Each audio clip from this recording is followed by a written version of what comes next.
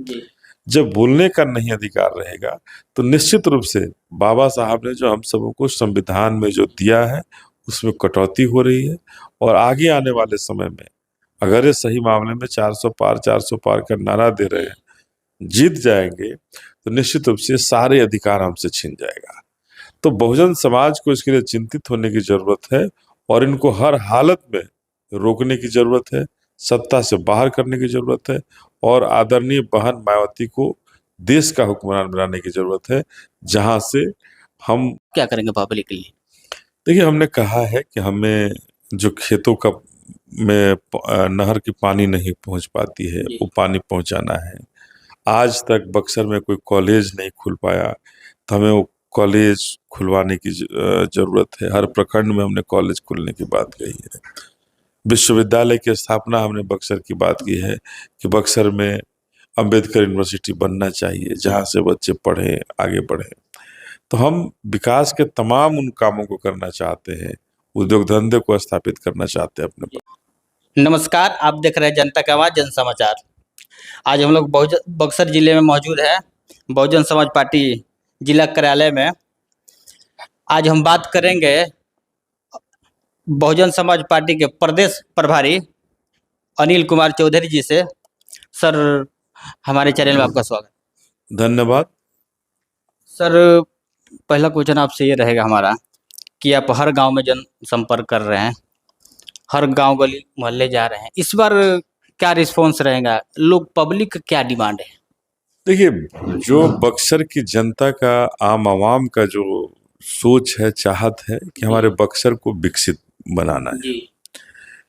आज की परिस्थिति में बक्सर को केवल ठगा गया है, छला गया है और बक्सर में जो सांसद रहे हैं वो बक्सर को लूटने का काम किया है। बक्सर के आम आवाम उससे ऊब चुकी है और एक तो बाहरी उम्मीदवार जो आते हैं, जो बक्सर की चौहद्दी नहीं जानते हैं, बक्सर को केवल लूटने का काम करते हैं, उन सब को बक्सर के लोग पहचान चुके हैं, बक्सर की जनता पहचान चुकी है, बक्सर की माताएं बहनें पहचान चुकी हैं और उनको बक्सर के तमाम आवाम बाहर का रास्ता दिखाने के लिए तैयार है कि जो बाहरी हैं उनको बाहर हम करेंगे। सर, बक्सर जिले से आरजेडी भी अपना प्रत्याशी दी है। दिलचस्प कहानी ये है कि मतलब भाजपा भी दिया है और उसके बाद आरजेडी से एक निर्दलीय ददन पहलवान जी भी आ रहे हैं।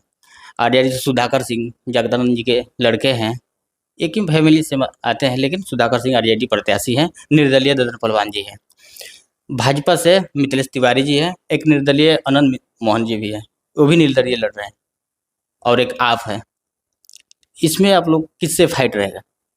देखिए, फाइट तो जनता तय करेगी कौन कहाँ है, लेकिन ये मैं बता दूं आपको कि निश्चित रूप से बहुजन समाज पार्टी इन सब पर भारी पड़ेगा। क्योंकि बहुजन समाज के जो लोग हैं वो अपने बहुजन समाज के मान और सम्मान की लड़ाई लड़ रहे हैं और इस मान सम्मान की लड़ाई में निश्चित रूप से बहुजन समाज पार्टी बक्सर में जीत का झंडा गाड़ेगी।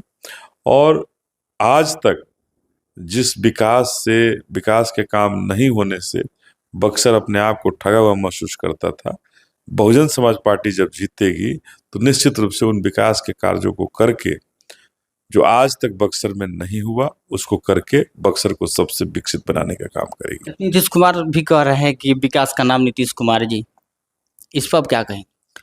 देखिए, नीतीश कुमार जी क्या कह रहे हैं पटना में बैठ करके मैं नहीं कह सकता हूँ, लेकिन आप बक्सर के रहने वाले लोग हैं, आप बक्सर में क्या विकास हुआ है?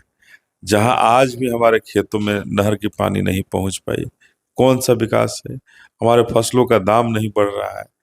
यहाँ बहुत बड़े पैमाने पर सब्जी की खेती होती है, उन सब्जी के लिए आज तक हम एक बाजार बढ़िया उपलब्ध नहीं करा पाए, कोल्ड स्टोरेज हम अपने क्षेत्र में नहीं उपलब्ध करा पाए।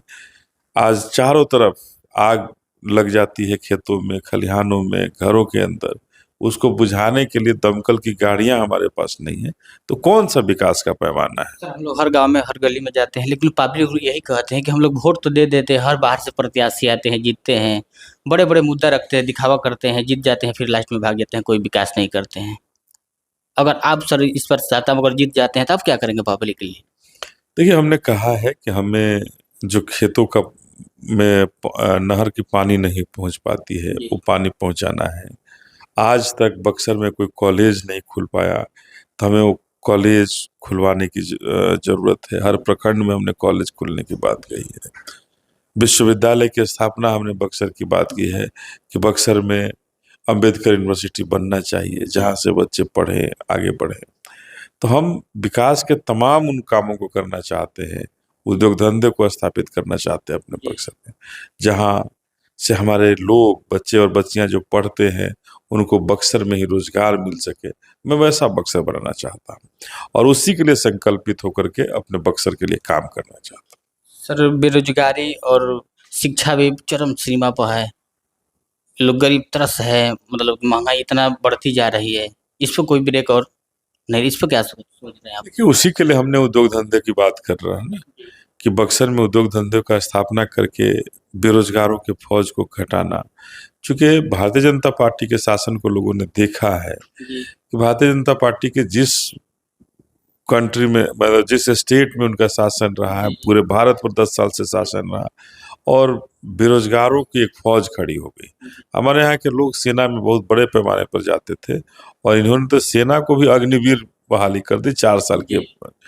तो कहने का मतलब है कि भारतीय जनता पार्टी ने केवल हमारे संविधान को ही खत्म करने की सोच नहीं रखते हैं, ये तमाम उन बहुजन समाज को जो नौकरी पर डिपेंड होना चाहते थे, नौकरी से अपने घर को चलाना चाहते थे, उनके घरों पर ग्रहण लगाने का काम किया है कि हम कहीं नौकरी की